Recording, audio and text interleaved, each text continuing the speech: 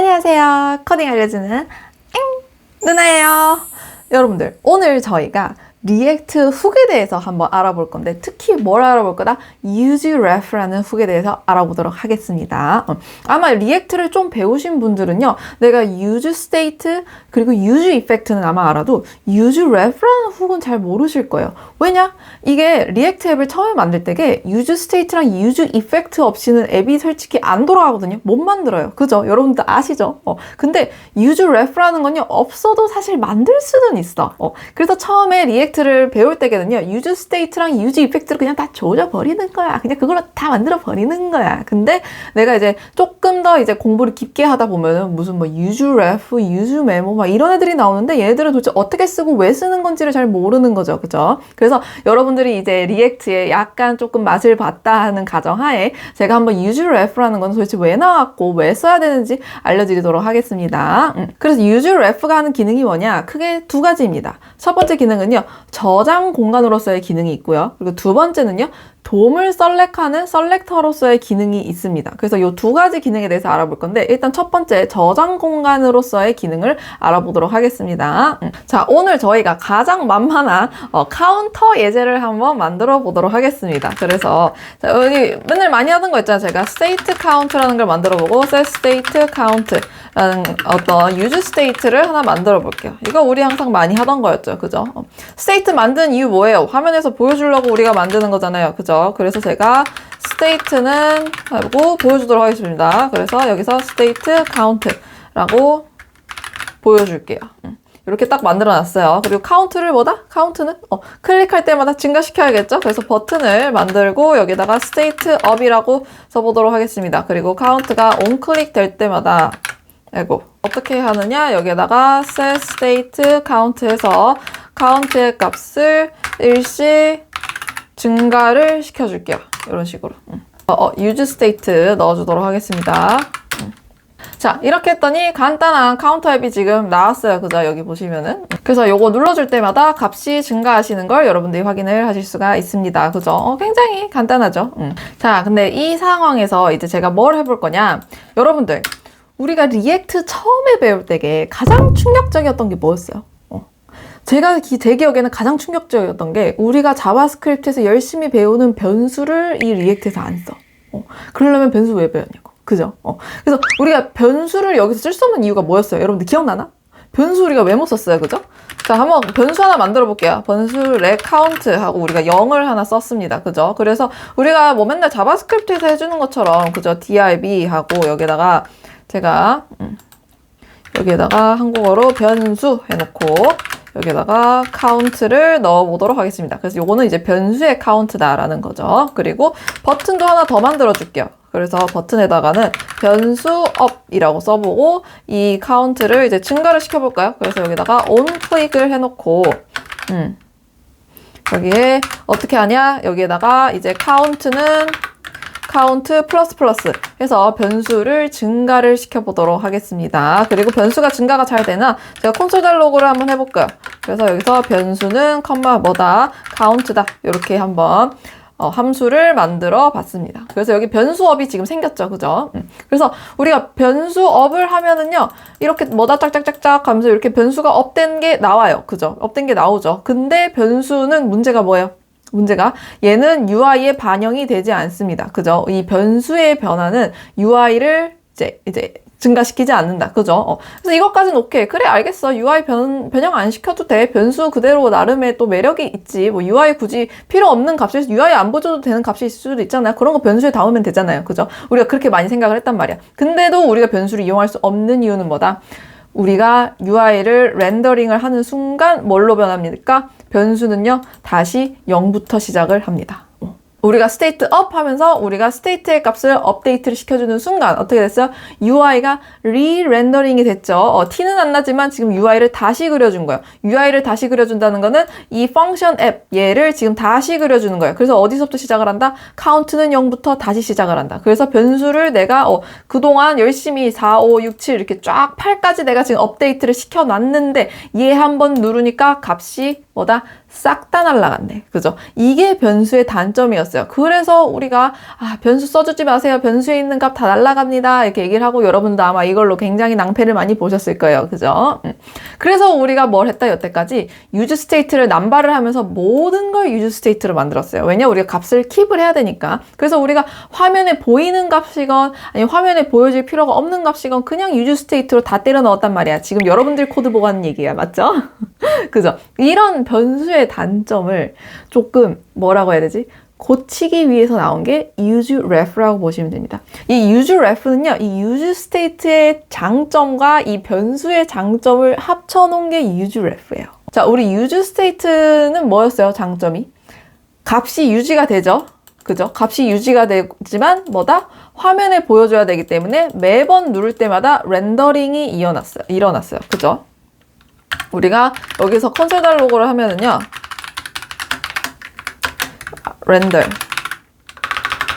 렌더 이렇게 딱 쓰잖아요. 그러면은 우리가 이 state up을 누를 때마다 렌더링이 계속 발생합니다. 그죠? 그래서 요게 렌더링은 UI를 다시 그려주는 거, UI를 다시 그려주는 건 뭐다?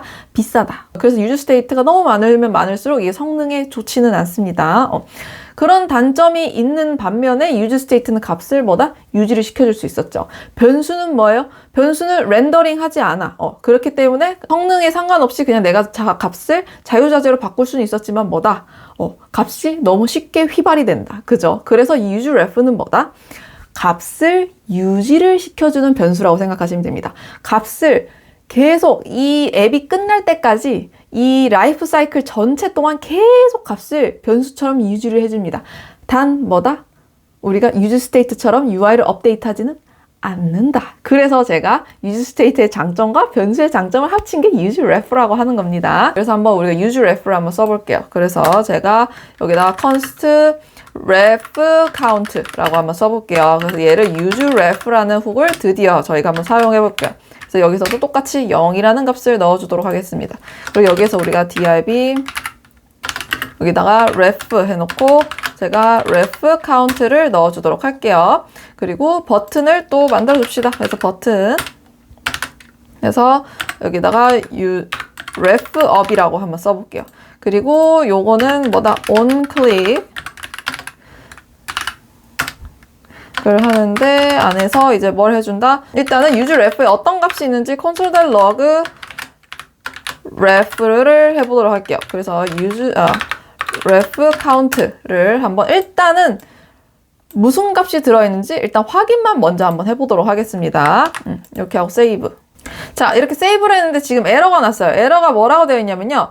리액트 차일드에 오브젝트를 넣을 수 없다라는 지금 에러가 떴거든요. 그거는 바로 ref라는 값의 특징이 있습니다. 여기 useRef가 주는 값에는요, 오브젝트거든요. 그래서 이 오브젝트를 여기에 프린트를 못한다는 뜻이에요. 그래서 이걸 지우고 우리가 한번 보도록 할게요. 자, 그럼 우리가 일단은 이 ref up을 클릭했을 때 뭘 하기로 했어요? 우리가 useRef를 한번 프린트 해보기로 했었죠? 그죠? 그래서 클릭 딱 하니까 ref가 이렇게 생겼구나. ref 안에는요, 이거는 뭐죠?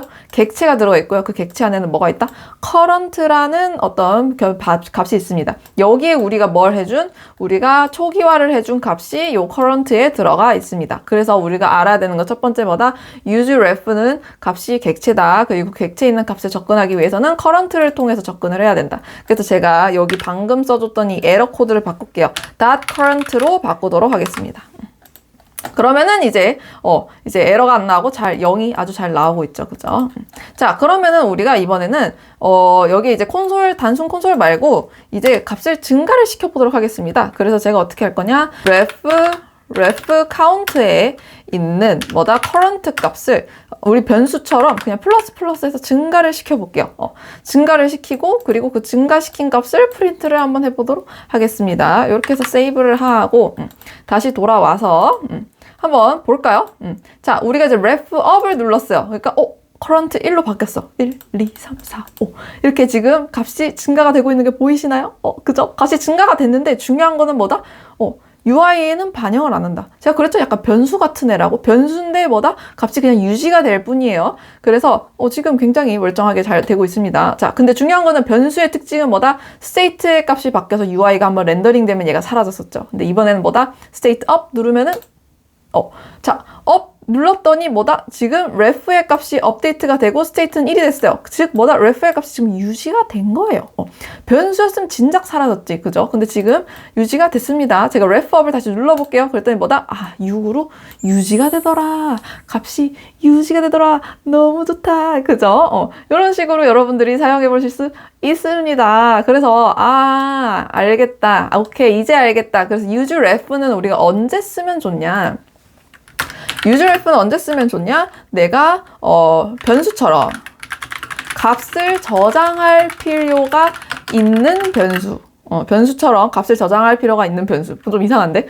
어떤 값을 계속 저장해야 되는 애들 있잖아요. 그런 애들은 use ref에 넣어 놓으시면 좋습니다. 단 뭐다? UI에 보일 필요가 없는 애들. UI에 보여야 된다. 그러면은 use state로 그냥 빼박으로 가야 됩니다. use state만이 이제 UI에 보여주는 그걸 할 수 있어요. 렌더링을. 그래서 use ref를 실제 예제에서는 어떤 식으로 쓸까? 여러분들 되게 궁금하시죠? 그래서 제가 실제로 회사에서 어떤 식으로 썼는지 제가 한번 생각을 해봤어요. 그래서 갖고 온 예를 좀 보여드리자면은 예를 들면 이거예요.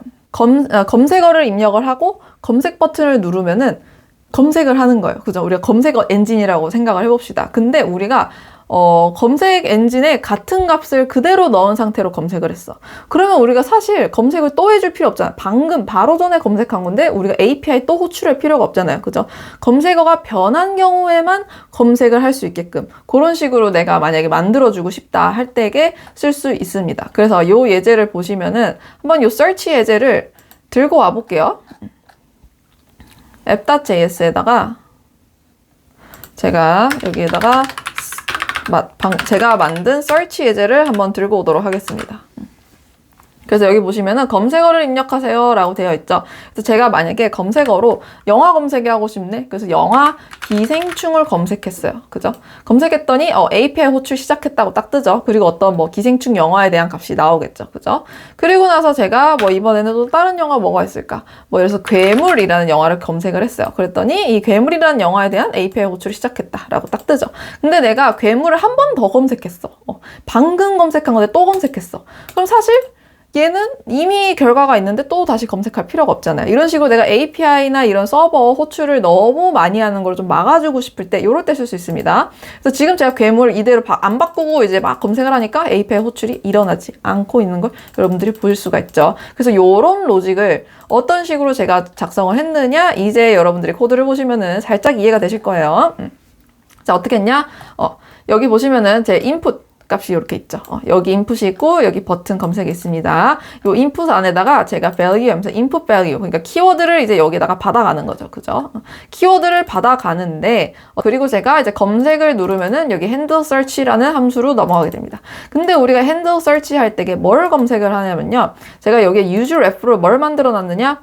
previous input value ref. 그러니까 그 전에 값을 저장하는 그런 용도의 어떤 변수를 하나 만들어 놨습니다. 그래서 요 변수에 있는 .current의 값과 지금 내가 방금 입력한 input 값이 다르다. 다르면은 검색을 해야죠. 그래서 fetch, search를 하는 거고 만약에 둘의 값이 같다. 그러면은 아무것도 하지 않는, 그러니까 검색을 하지 않는 거죠. 이런 식으로 썼습니다. 그래서 여기서 쓰인 previous input value ref는 이거는 무슨 의미예요? 이거는 바로 전에 입력한 검색어를 단순히 저장해두는 그냥 변수로서의 기능인 거죠. 전에 입력한 검색어를 단순히 잠깐 홀딩해놓는, 들고 있는 그런 변수로서의 기능만 하는 겁니다. 요거는 내가 UI에 보여줄 필요가 있어요? 보여줄 필요가 없죠. 그렇기 때문에 이런 경우에는 제가 use ref를 통해서 이렇게 그냥 값을 홀딩하고 있는 거예요. 이해되셨나요?